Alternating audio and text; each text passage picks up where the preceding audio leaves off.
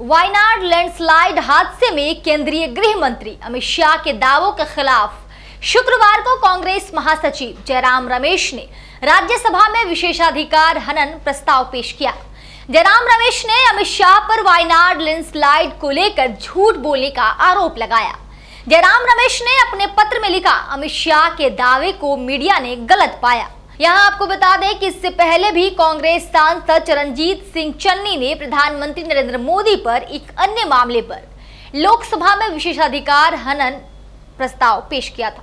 वहीं अब कांग्रेस महासचिव जयराम रमेश ने अमित शाह पर विशेषाधिकार हनन प्रस्ताव पेश किया है।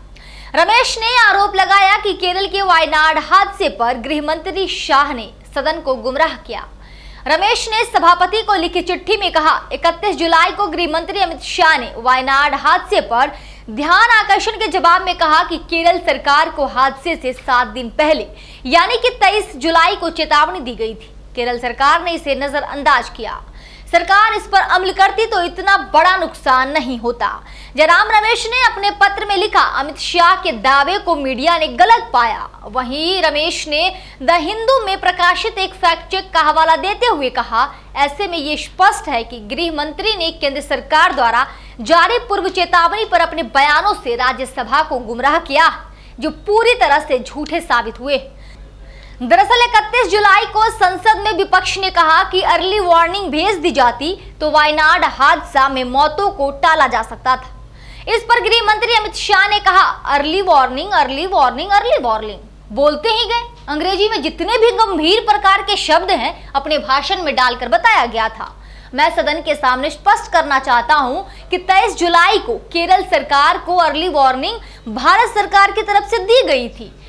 इसी पर केरल के सीएम बोले, तबाही के बाद अलर्ट जारी किया गया था। शाम होते होते अमित शाह के इस दावे पर केरल के मुख्यमंत्री पिनराई विजयन का भी जवाब आया। विजयन ने कहा कि केंद्र सरकार की तरफ से सूचना वायनाड में तबाही हो जाने के कई घंटों बाद मिली थी।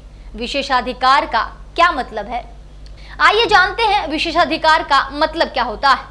देश में सांसद और विधायक को कुछ विशेष अधिकार मिलते हैं।